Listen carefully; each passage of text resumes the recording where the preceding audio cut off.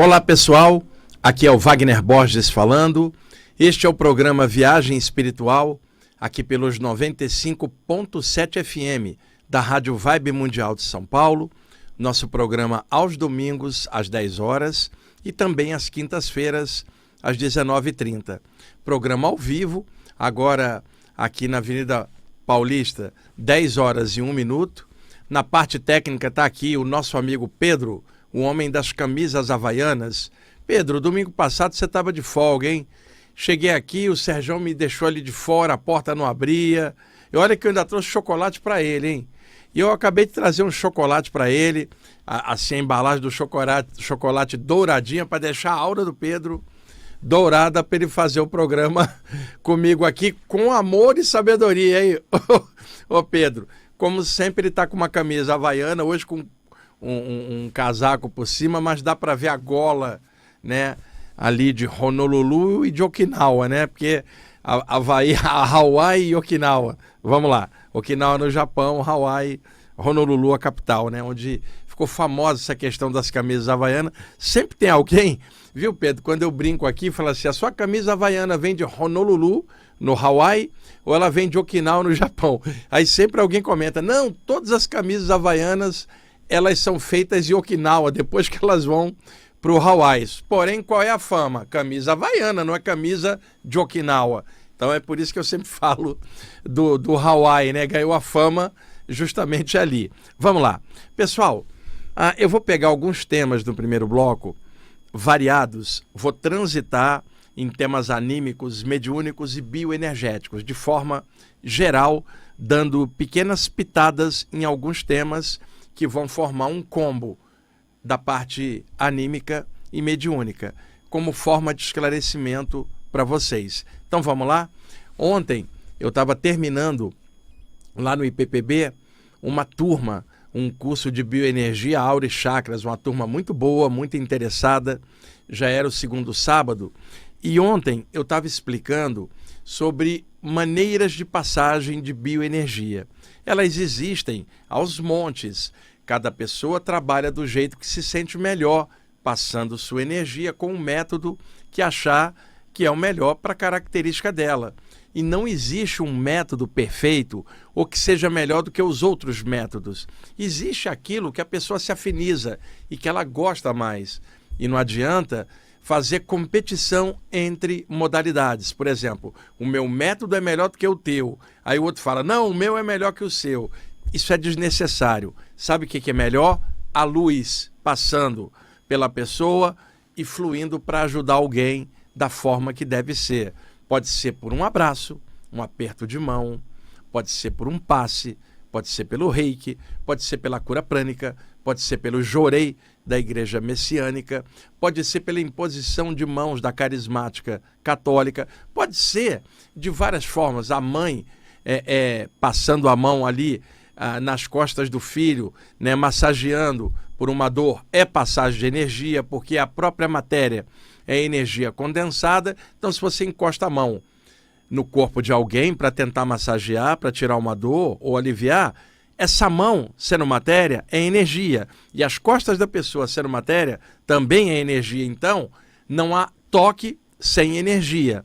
Porém, quando uma pessoa sabe canalizar essa energia pela vontade ou pelo amor, por algum jeito que ela aprendeu, ela consegue usufruir melhor desta passagem da energia que se intensifica, porque ela estudou esses mecanismos bioenergéticos para saber passar melhor. Então alguém sem conhecimento pode num toque passar energia sem saber que está passando. Alguém que estudou algum mecanismo de passagem de energia coloca a mão e passa energia, mas conhecendo o processo, está estudando aquilo.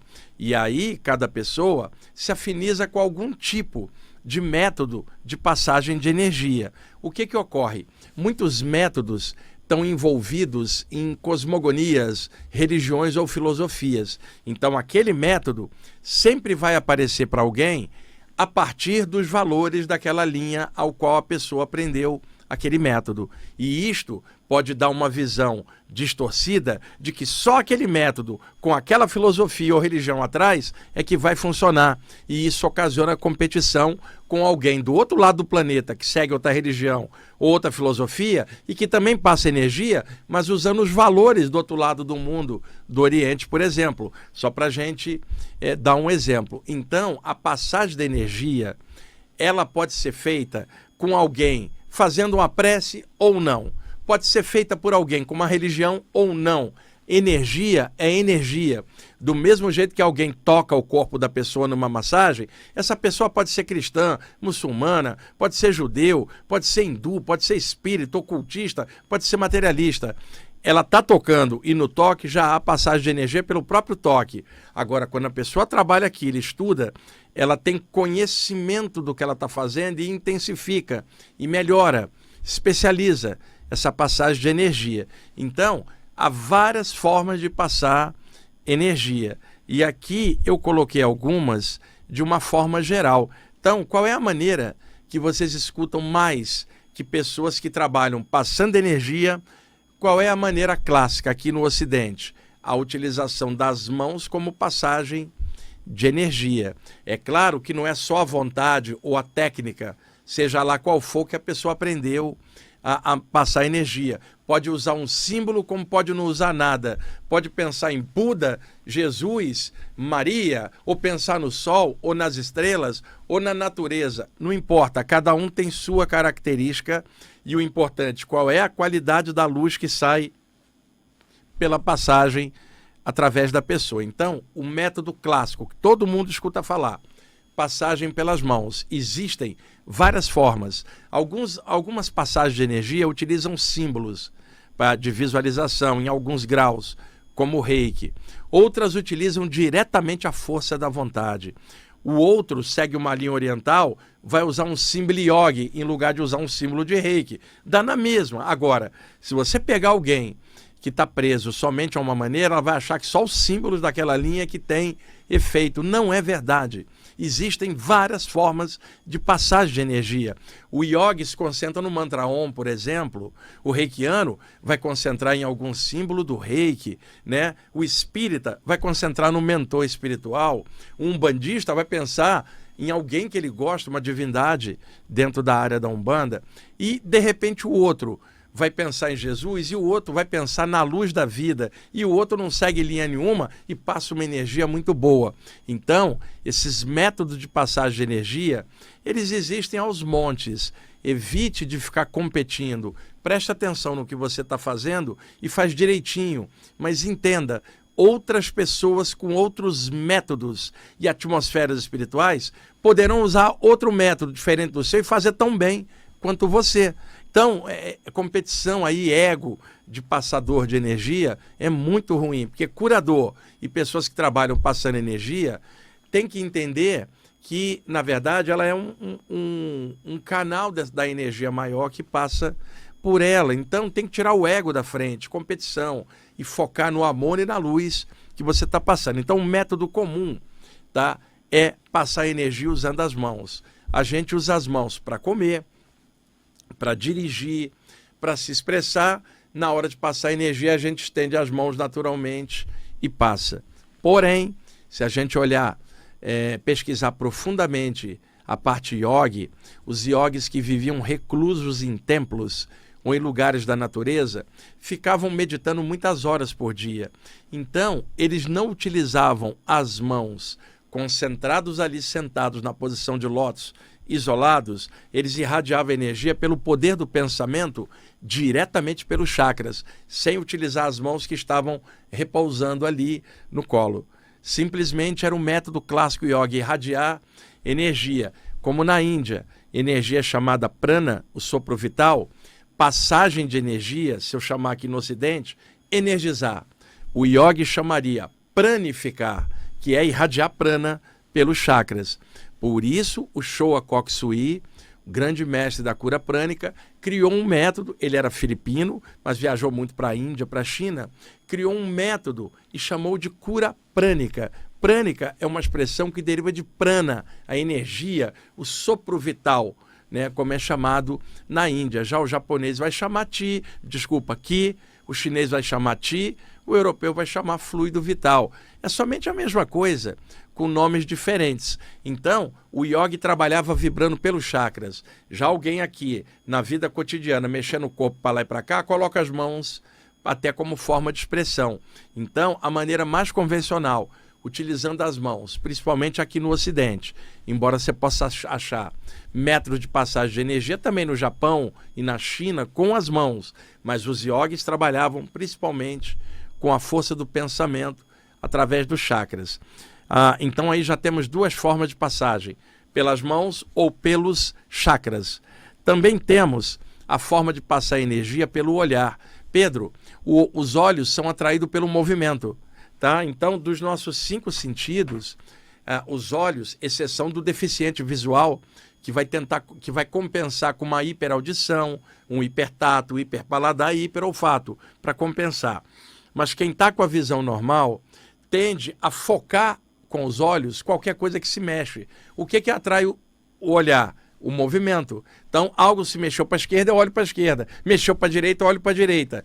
Mexeu ali no meio, eu olho para o centro. Então, os olhos são atraídos pelo movimento.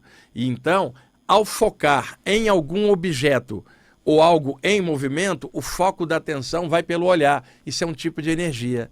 Então, Pedro, talvez a forma mais abundante e mais frequente de passar energia seja pelo olhar, no caso de alguém com a visão normal. E os olhos estão submetidos à ação do chakra frontal.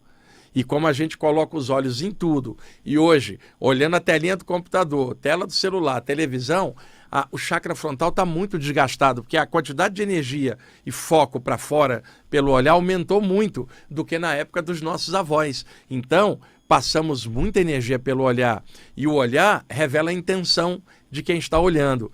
Como é que é, Pedro? Os olhos são reflexo da alma, aquele ditado popular, né? Então, isto é verdade energeticamente. É claro que a qualidade do olhar, pessoal, vai de acordo com o que a pessoa está pensando e qual é a intenção.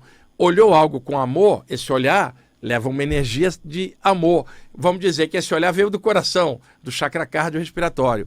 Agora, olhar alguém com tesão, Pedro, com desejo. Esse olhar é o chakra geniturinário olhando pelos olhos, porque está saindo com energia de desejo. Que eu não estou dizendo que é bom ou ruim, porque isso é humano. O bom ou ruim é a maneira como a gente lida com o desejo, né? Então, o nosso olhar carrega intenção. Um olhar injetado de ódio vai projetar trevas pelo olhar. O frontal vai ficar escuro. Um olhar amoroso, o frontal fica todo cor-de-rosa, porque as cores dos chakras, elas não são fixas, elas dependem do que você está pensando e sentindo. E o chakra frontal, devido a refletir o clima mental da gente, as cores que vão estar na boca desse chakra depende do que a pessoa está pensando. Então, nesse sentido, os nossos olhos também emanam energia. E fiquem pensando, por exemplo, grandes mestres aí da história, Jesus, Krishna, Buda, vocês já imaginaram como esses caras maravilhosos, quando olhavam algo, o amor que fluía, a luz que fluía, Pedro, que era um olhar cheio de compaixão pela própria humanidade? Não é o nosso caso, né? A gente às vezes está com um olhar legal porque a gente está legal, mas em outro momento está todo oscilando com coisa estranha, porque todos nós temos altos e baixos enquanto seres humanos normais na média da população. Então temos aqui passagem de energia pelas mãos, passagem de energia pelos chakras e passagem de energia pelo olhar. Quase ninguém nota que a gente passa energia pelo olhar. Então é importante assinalar isso hoje. E o olhar está submetido à energia do chakra frontal. Vamos lá. A outra forma de passar energia clássica, e essa é menos conhecida, se chama insuflação, que é a passagem da energia pelo sopro, tá? Essa técnica surgiu na velha Índia, porque os yogis, trabalhando os pranayamas e várias práticas de pranificação e de respiração, eles entendiam muito do aparelho respiratório, conheciam bastante a tradição yogi, conhece bem a parte anatômica, conhece os canais energéticos, os nadis, os chakras, o prana que circula e bem a parte da respiração. Então, o que um yogi fazia, o Pedro? Em lugar de usar as mãos, às vezes, ou o chakra, ele dava uma inspirada, respirava E ao respirar, em sequência, ele projetava pela boca esse sopro para fora. Quer dizer, ele capta pela respiração prana e libera ela pela boca. Chama-se insuflação. É a técnica de passar energia pelo sopro. Com o tempo, essa técnica foi se perdendo. E hoje raros yogis usam a insuflação, mas era uma técnica clássica. Aonde que essa técnica reapareceu? Por incrível que pareça, em 3 áreas, Pedro. Ela reapareceu na França do século XIX com os magnetizadores, os que aplicavam passes mesméricos ou magnéticos na área do magnetismo, vindo desde o século XVIII com o Franz Anton Mesmer, depois na França o Pesseguer e também vários ocultistas franceses que na virada do século XIX para o século XX trabalhavam com magnetização usando as mãos, mas usando sopro magnético também. Eu já citei aqui em alguns programas a família d'Irville, que era o Hector d'Irville, Henri d'Irville e Heitor d'Irville, que era uma família, o pai e 2 irmãos, 2 filhos, que trabalharam muito com magnetismo. Tinha também o Dr. Charles Lancelin, Albert de Rochat, Francisco Colavida na Espanha. São vários pesquisadores que trabalhavam passando o magnetismo com as mãos, mas também com o sopro. Daí a expressão usada naquela ocasião, sopro magnético. E eu tive na França recentemente e alguns franceses e brasileiros que estão lá trabalham bem com magnetismo, inclusive aqui em São Paulo, o Dr. Gustavo, que é meu amigo e que também trabalha com magnetismo. Ele é médico e, ao mesmo tempo, é magnetizador. Qual é a outra área onde apareceu a ideia do sopro? Na área xamânica, nas tradições indígenas, né, de vários povos, seja o aborígene australiano na Austrália, os maoris na Nova Zelândia, os kahunas no Hawaii, seja os índios do norte da América, Cheyennes, Navarro, Apaches, os índios da América Central, Maia, Azteca, os índios do Brasil e da América do Sul, Tupi-Guarani, Tupinambá, e daí vai. Na tradição xamânica, não é o grupo completo dos povos nativos, são os xamãs, os homens e mulheres que mexem com a magia indígena, que são o elo entre o grande espírito e o ser humano e vamos dizer, a aldeia, a tribo. Então, nesse caso, o que o xamã fazia, Pedro? Sabe aquelas fumigações? Tá lá, o cara fuma um cachimbo, um calumé, e logo depois dá uma baforada em cima de um doente. É insuflação, usando fumaça, usando sopro como elemento da natureza. O que acontece, gente? A Umbanda surgiu no Brasil, pelo menos é o clássico, né, que todo mundo comenta. Em 1908, em Niterói, com o caboclo e o seu Zélio. É claro que já existiam fenômenos mediúnicos da tradição afro-indígena antes de 1908. Porém, o que se coloca classicamente aqui no Brasil como marco, embora nem todo umbandista aceite isso, mas a maioria aceita, 1908 em diante. A Umbanda trazia a questão indígena, a questão da tradição afro e branca mesclada numa doutrina brasileira universalista, somando influências de áreas diferentes. Pedro, como a Umbanda tem uma parte indígena, tanto que tem lá os caboclos, os índios também, muitas vezes através de um médium, um caboclo acopla e pratica o sopro através do médium. Quer dizer, soprando na aura de um doente. A insuflação também. Muitas vezes um preto velho pode usar a baforada de um charuto e fazer pranificação pelo sopro, insuflação, usando aquele elemento. Então, essas são outras formas de passagem de energia. Então, aqui nós temos pelas mãos, pelos chakras, pelo olhar e pela insuflação. Levando em conta que um abraço passa energia com aquilo que você coloca neste abraço, um aperto de mão pode passar energia, um pensamento na direção de alguém, mesmo à distância, pode levar energia. Também é possível passar energia de uma outra forma que exige um pouco mais de concentração. É a produção de formas pensamento.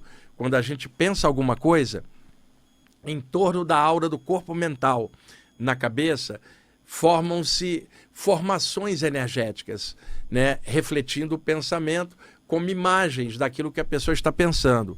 Pensamentos aleatórios que vão e vêm criam uma forma mental que dura um segundo.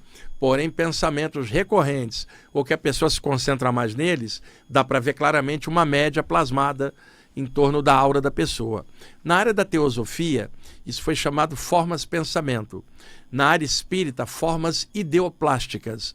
No ocultismo, formas mentais. Na parapsicologia, formas psíquicas. É tudo a mesma coisa. Eu vou chamar como formas-pensamento, porque a maioria da literatura que trata desse assunto usa a nomenclatura que a teosofia usava, formas-pensamento. Pelo menos a maioria dos livros sobre o tema, principalmente do Leadbeater e da Annie Besant.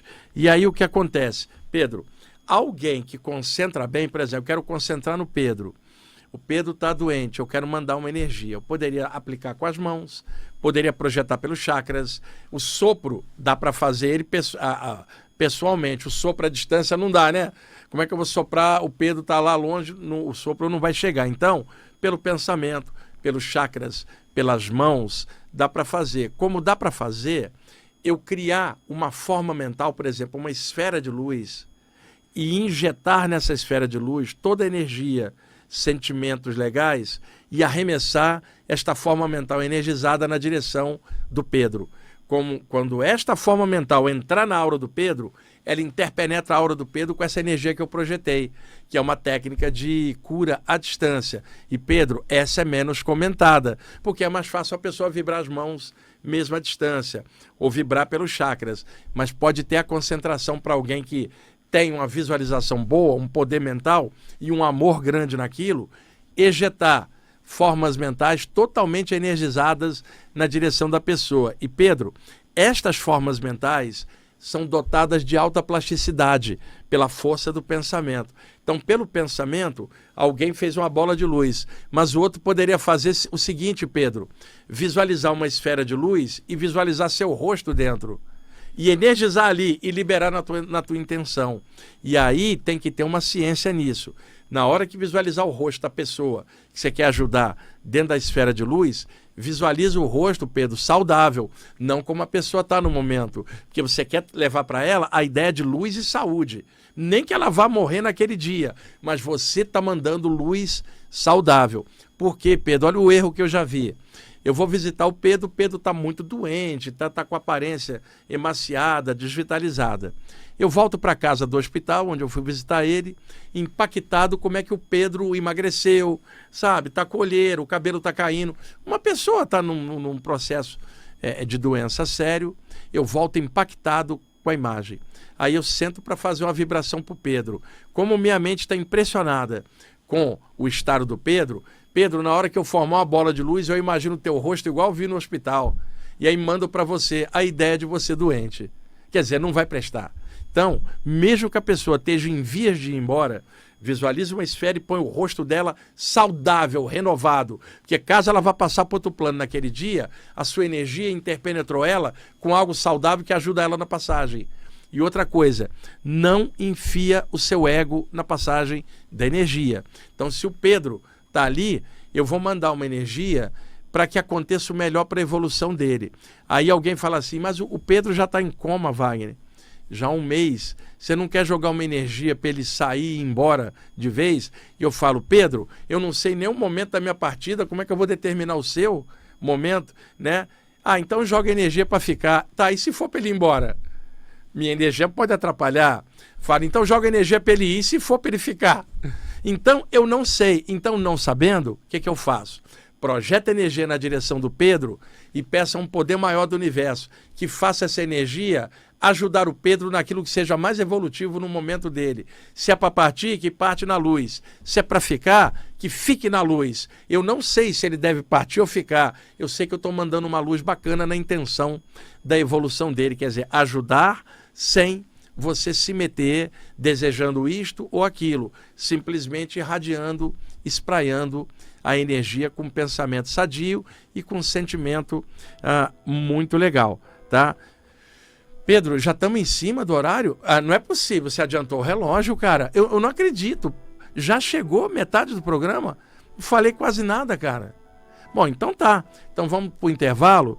Na volta, eu quero pegar outros aspectos dessas passagens de energia, porque isso para vocês, como esclarecimento, pode ser muito útil. Muitos de vocês que estão me ouvindo ou assistindo no YouTube passam energia da forma de vocês, e é legal você ter um esclarecimento assim bem aberto. Note, não estou prendendo doutrina nenhuma no que eu estou falando, nem tentando te doutrinar, seja lá pelo que for. Eu estou esclarecendo mecanismos bioenergéticos de forma aberta, livre. Cada um de vocês filtra tudo que eu estou passando, adapta aquilo que achar correto, recusa o que achar que não for legal e trabalha usando sua própria consciência e o jeito que você ama mais, sem competir com ninguém. Mas você pode acrescentar esclarecimento para melhorar o entendimento daquilo que você já estava fazendo, tá bom? Daqui a pouquinho a gente volta. Ok, pessoal, estamos voltando com a segunda parte do programa Viagem Espiritual, aqui pelos 95.7 FM da Rádio Vibe Mundial de São Paulo. Eu sou o Wagner Borges. Ali na parte técnica está o Pedro, o homem das camisas havaianas. E o Pedro falou para mim: Wagner, abre as linhas para dar interação para os ouvintes.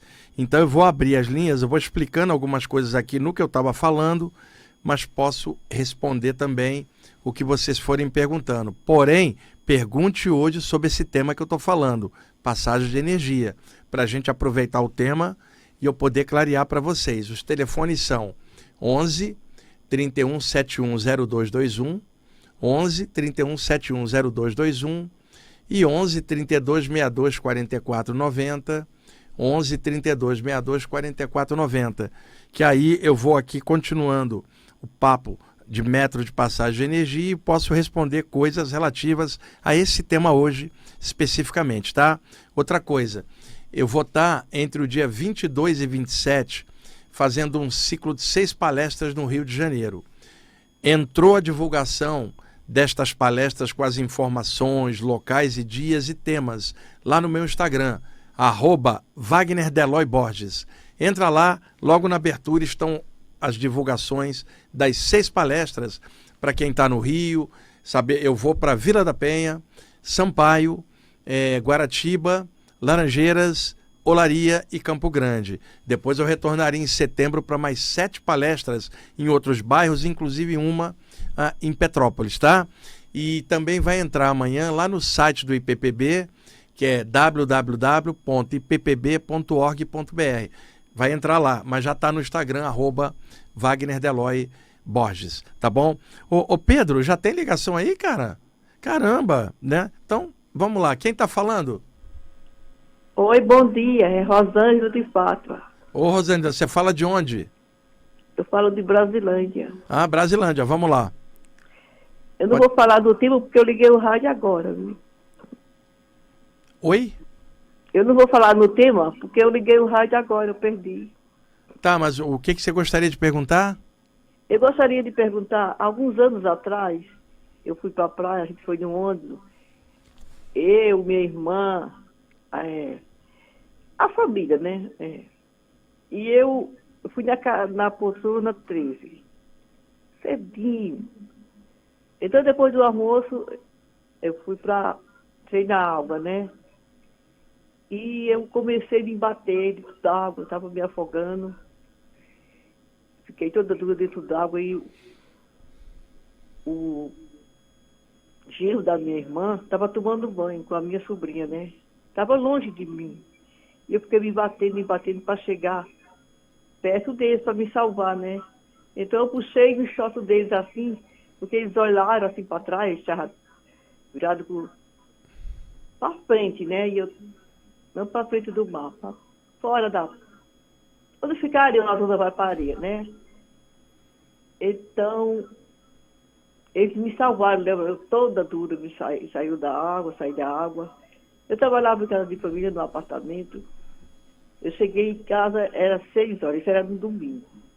Eu me deitei, o lençol era branco, eu estava deitada assim. Eu não estava dormindo.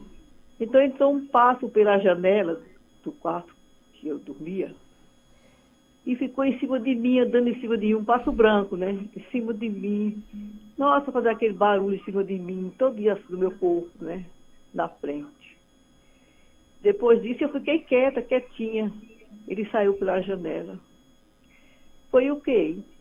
Olha, é difícil, isso pode ter sido uma coincidência mesmo, né? De uma janela aberta entrou um pássaro. Porém, pode ter algum aspecto simbólico, por exemplo, como você tinha acabado de passar um quase afogamento, que é uma situação limite, e estava ali agora descansando, pode ser que invisivelmente alguém projetou uma energia para os seus familiares para puxar você para fora da água, que tivesse ali, sei lá, um guia espiritual, e que muitas vezes utilizam simbolismos de imagens de pássaros como a ideia de elevação. Esse pássaro, se ele era um pássaro físico, material, um pássaro encarnado, pode ser uma ave que entrou. Porém, há uma outra possibilidade, porque eu já vi vários relatos assim, projetada a imagem de um pássaro branco a partir de uma inteligência espiritual que projeta com a ideia de elevação. Se você parar e olhar dentro da própria área cristã, a pomba branca, né, Pedro? É um símbolo de renovação. Pássaros brancos também são simbolizados nas áreas xamânicas e na Umbanda também. A questão de animar de poder. Então pode ter sido que esse pássaro não era um pássaro físico, e sim uma imagem projetada de um animal de poder protetor ou um simbolismo de renovação para você ver. Se fosse um pássaro material, é possível, uma coincidência, entrou. Mas se for um pássaro espiritual e você viu por clarividência e achou que era um pássaro material, é um simbolismo de renovação, porque você tinha acabado de passar por um quase afogamento. É uma dessas duas possibilidades. Tá bom? Tá, obrigado. Foi muito bom, hein? Tá, legal. Um abraço. Pedro, mais alguém? Quem está falando? Oi, bom dia. É o Rafael aqui de Mogi das Cruzes. Como tá, grande Wagner? Vamos lá, Rafael. Alguma pergunta? Então, eu sou projetor e sempre trabalhei no astral, né? Eu tenho essa consciência. Até eu sou iniciado em algumas ordens, como o taoísmo, né, que você comentou muito. E eu sempre tive essas experiências de doar energia no astral. E agora, recentemente, eu precisei estar fazendo um resgate aqui no físico.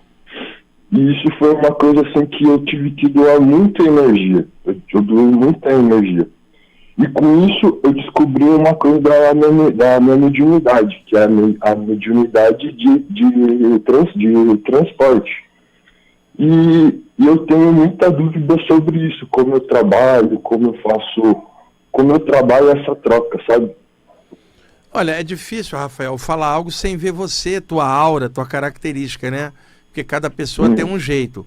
Agora, por exemplo, se você está sendo levado fora do corpo para trabalhos de cura, é o mesmo que acontece comigo e tantas outras. Projeção de energia fora do corpo, que é um tipo de passagem de energia fora do corpo. Acontece que o que você está narrando foi algo aqui nesse plano, algo mais denso, e isso leva muito mais energia, cara. Porque como você está através da matéria, a energia sai do teu corpo também. E aí dá uma defasagem.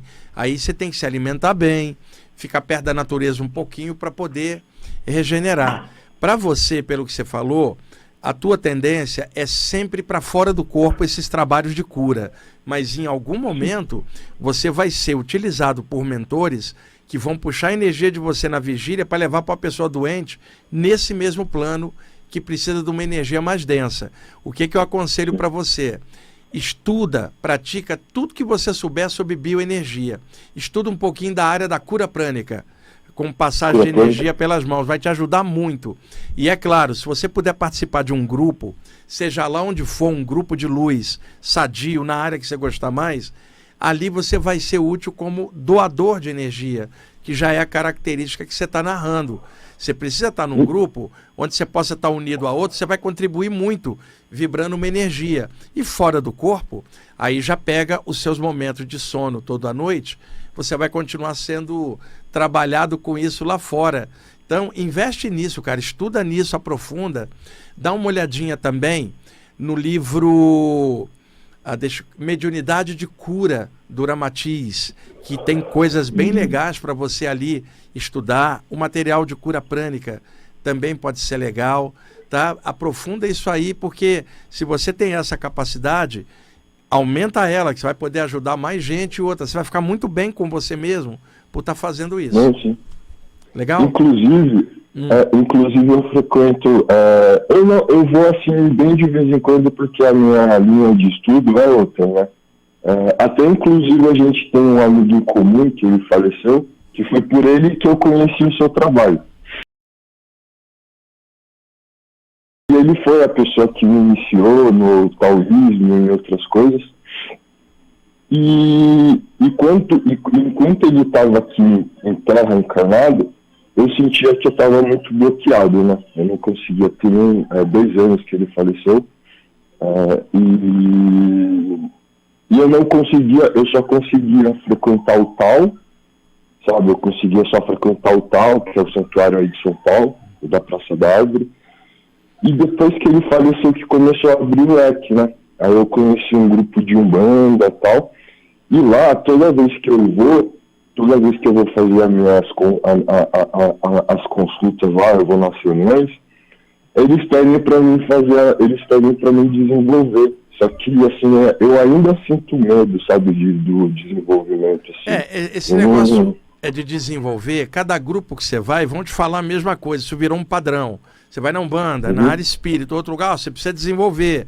O preto velho vai falar, vai, Misifi, precisa trabalhar. É assim mesmo. Agora, como você tem esse potencial de cura, você precisa movimentar ele. Então é legal você ir como colaborador participante, não como alguém que vai de vez em quando. Se você tiver um grupo específico ali para você se afirmar e funcionar regularmente, vai te ajudar. Não é que você tem que depender de um grupo, mas para você se fortalecer, tirar o medo, é melhor estar com um grupo. Mais para frente, como acontece comigo e outros, você pode irradiar da tua casa sozinho, mas não é uma coisa para alguém que está iniciando ou que está com medo. Seria legal você participar de algum grupo como colaborador frequente, irradiador. Não alguém que está indo lá para pegar consulta, alguém que está indo para trabalhar e somar junto. Isso vai te ajudar muito. E o grupo, você que escolhe do seu jeito, tá bom? Não, que legal, e uma satisfação conversar com você, conversar com o senhor. O senhor passa muitos conhecimentos para a gente, para quem está despertando.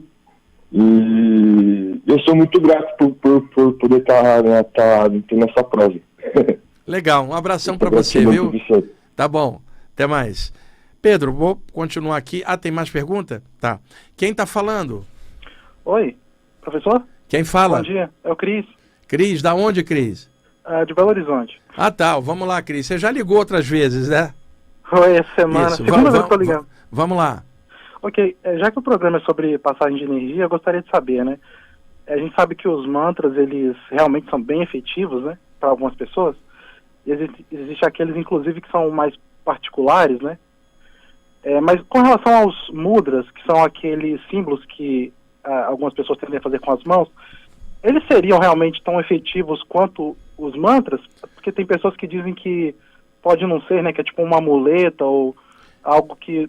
Não. Esse negócio de muleta varia de pessoa para pessoa, Cris, porque a pessoa sempre vai criticar o método do outro dizendo que é muleta, né?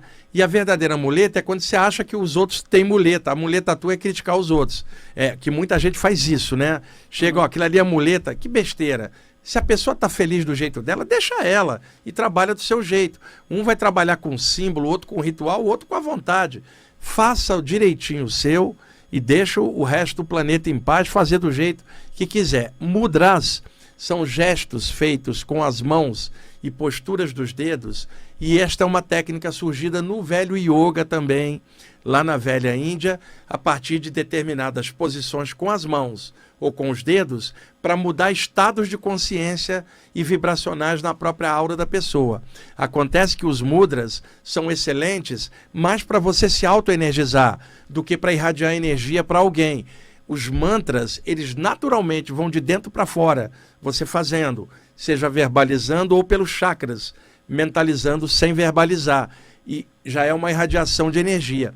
O que ocorre, os yogis mesclavam técnicas de gesto com as mãos, que são os mudras, junto com os mantras. Aí juntava 2 métodos num só. Agora, como eu falei no início do programa, Alguém vai usar as mãos projetando, o outro vai fazer um mudra, o outro vai fazer um mantra, o outro pensa num símbolo, o outro não usa nada, usa a força da vontade. Todos esses métodos estão passando energia. Então vai de acordo com o que alguém está fazendo. Alguém que trabalha com yoga gosta de fazer mudras, que faça e que irradie energia ao mesmo tempo. Então é possível, mas os mantras, na minha experiência pelo menos, são mais eficazes para a irradiação de energia. Agora, juntando mudras e os mantras, você potencializa muito. Mas aí está dentro do âmbito do yoga. E a maioria da população não faz yoga. Então, qual é o mais fácil? Irradiar pelas mãos, ou pelos chakras, ou pela vontade. Porém, entendendo que existem outros métodos que trabalham com formas diferentes. Ok? Ah, entendi. Tem que ver o que tem mais a ver com a gente, né? Tem a ver com a pessoa. Um vai fazer um gesto com a mão, o outro vai soprar, o outro vai vibrar por um chakra. Varia, não tem esse negócio de muleta não. Tem o que a pessoa gosta e a pessoa fazendo direitinho dela, ela não vai ficar de olho no método dos outros comparando nada. Ela vai estar focando na vida dela e no que ela está fazendo. Tá bom? Tá bom, muito obrigado, viu? Legal, Cris. Um abraço. Um abraço. Posso desenvolver aqui, Pedro? Então, vamos lá. Gente, voltando na pegada que eu estava no primeiro bloco. Um método de passagem de energia, acabei de explicar para o Cris, através de mantras. Tá? Pode-se passar energia também fora do corpo, como acabamos também de ver aqui na resposta para outra pessoa. Pode-se passar energia através do trabalho com cores, que varia de acordo com alguns métodos. Se a pessoa irradia energia e gosta de projetar cores, isto também potencializa o efeito da energia. Porém, existem pessoas que não gostam de trabalhar com cores, pensa na luz direto. E não é que uma está certa, a outra está errada. Novamente eu vou comentar, é a característica da pessoa e o perfil dela, como ela gosta de trabalhar. Para algumas pessoas, projetar cores na bioenergização favorece a concentração dela, para outras não. Quando estamos na área de cromoterapia, trabalhando com lâmpadas coloridas, por exemplo, o aspecto é outro, que aí são luzes coloridas das lâmpadas incidindo sobre o campo energético da pessoa. E existem ótimos trabalhos de cromoterapia, né, que trabalham com cura muito bem. Aqui eu estou falando da irradiação de dentro para fora, não é a utilização de lâmpadas para dentro da aura da pessoa, a irradiação de cores. Tem trabalhos bem legais de cores, alguns gostam, outros preferem a energia. O importante, como sempre, é o amor que você coloca, a inteligência de saber fazer aquilo e a boa vontade de ajudar os outros com essa energia. Também podemos passar energia através de cristais. E eu já comentei isto em vários programas anteriores. Cristais de quartzo, principalmente. Uma pessoa utiliza um com a ponta ali, o cristal se torna um conduíte da energia da pessoa para passar a energia, focar como se fosse um laser, né, diretamente numa área específica que a pessoa queira desbloquear. Os cristais são ótimos para desbloquear energias estagnadas, rasgar bloqueios energéticos e liberar a energia que está presa. Tá? Então, muitas pessoas trabalham com cristais. Eu tenho cristais em casa, gosto, mas eu gosto de trabalhar diretamente com a energia, mas é o meu jeito. Outros vão trabalhar com os cristais, apenas tendo em mente que há um limite para tudo. O trabalho com cristais não transforma a consciência. O que transforma a consciência é o seu caráter, é a sua luta dentro, vencendo a si mesmo. Tá? Cristais não abrem os chakras da pessoa. Os chakras se abrem de dentro para fora. Eu vou dar um exemplo que eu já dei outras vezes. Você vai numa academia fazer musculação, você tem que malhar. Você vai ter que trabalhar. Aí alguém fala, se eu botar um cristal em cima do músculo tal, vai desenvolver? Não vai desenvolver. Você vai ter que malhar na academia. Então, como que botar um cristal em cima de um chakra vai desenvolver o chakra? Não. Os cristais são bons para desbloquear num trabalho de cura. Agora, autodesenvolvimento de chakras de dentro para fora não adianta cristais. Isso é mito, porque caso contrário, uma pessoa toda complicada se rodeia de cristais e a aura dela vai ficar linda por isso, se o pensamento dela continua estranho. Isso não bate, tá? Tem gente que também é muito radical nos métodos que escolheu. Na área de cristais, eu adoro, mas eles têm um limite exato na passagem de energia. Para autodesenvolvimento, isso é seu. Um cristal pode te abrir, mas não pode desenvolver o que você pensa ou o que você sente, que aí é o seu caráter, é um trabalho interno que você precisa fazer, eu também, todo mundo. Vamos lá. Utilização de elementos da natureza. Determinadas doutrinas ou métodos de trabalho utilizam elementos da natureza para passagem de energia. Se a gente pegar os xamãs que viviam em grupos indígenas na borda das florestas e eles extraíam ou extraem os elementos de sobrevivência da floresta, como a caça, como remédios, vegetais, né, tubérculos, a alimentação em geral é tirada da floresta, dos rios, de uma população indígena. Então é claro que para a população indígena o meio ambiente é importantíssimo, culturalmente pela própria sobrevivência. Então, se você pegar um xamã, ele vai passar energia utilizando algum elemento da natureza. Uma planta, por exemplo, uma determinada pedra que um raio bateu em cima e criou um símbolo na natureza, algumas coisas assim. Se você pegar um caboclo de umbanda acoplado num médium, ele vai utilizar elementos da natureza, tá? Um preto velho pode usar um galinho de arruda, que é uma plantinha que está sendo conduíte da energia do espírito pelo médium passando pela arruda. Então, não estranhe, utilização de elementos da natureza sempre foram usadas primeiro no contexto indígena, hoje aqui no Brasil no contexto da Umbanda, e também curadores, né, do interior, né, muitas curandeiras e curandeiros, né, ali com a prece usando o galinho de arruda ou qualquer outra plantinha como conduíte, principalmente na área do norte do país tem muitos curandeiros, tem a área da Jurema também, né? Então tudo isso são formas de utilizar elementos da natureza para fluir a energia. Aí me chega alguém e fala, isso aí é muleta. Não, é muito fácil alguém na área urbana criticar alguém que está na tradição indígena, perto da floresta, sendo que a pessoa na área urbana não está na floresta, não sobrevive dela. Então, para o indígena, utilização de elementos da natureza, isso é o básico. Para alguém que está na área urbana, com tudo processado perto, ele vai achar que é muleta o outro. Aí está o erro. Está sempre criticando o trabalho dos outros. Ah, um usa isso, o outro não usa nada. E daí? O importante, às vezes aquela senhorinha curandeira com galinha de arruda está passando energia muito mais do que um teórico de bioenergia que fica julgando o método dos outros. Então, não tem nada certo ou errado, tem o ângulo de cada um e como cada um gosta de passar sua energia. Então, é normal utilização de elementos da natureza nas tradições indígenas e parte disso também pega dentro da área da Umbanda. E são utilizações naturalistas, vamos chamar assim, tá? Deixa eu riscar esse tópico aqui. E uma coisa que não tenho como eu começar agora, porque não vai dar tempo, o Pedro já está me fazendo sinal que já está quase na hora.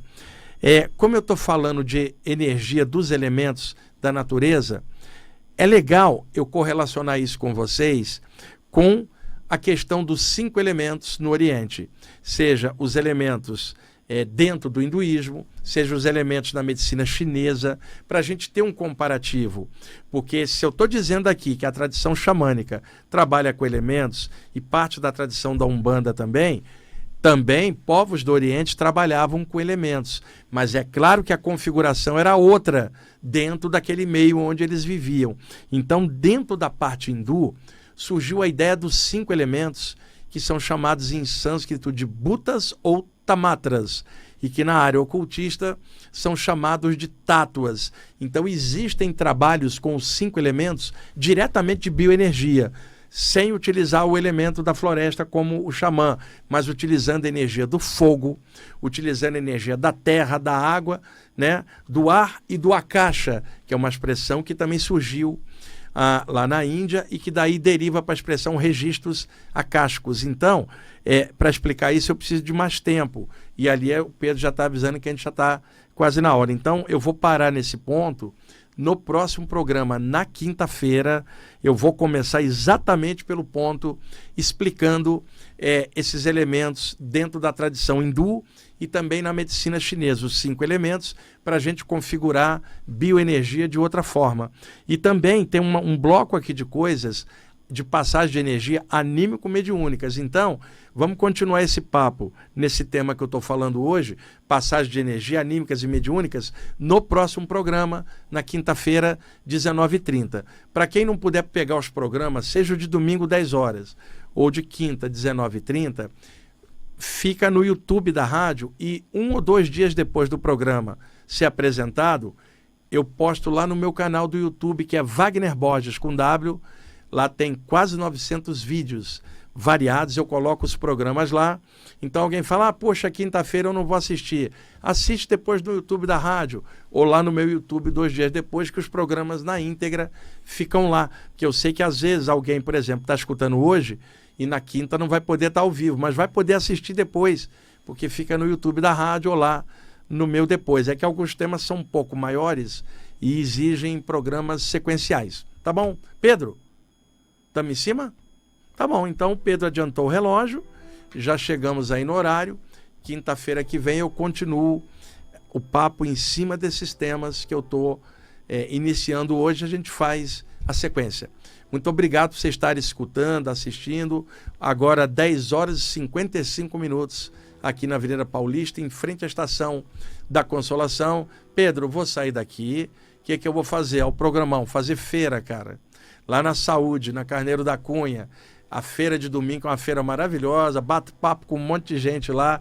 Tem ouvintes do programa que estão ouvindo agora nas barracas da feira. O pessoal conhece a mim, Urama, o meu cachorro, né? Vou lá fazer a compra da semana e bater um papo com alegria lá com o pessoal. São amigos meus de anos.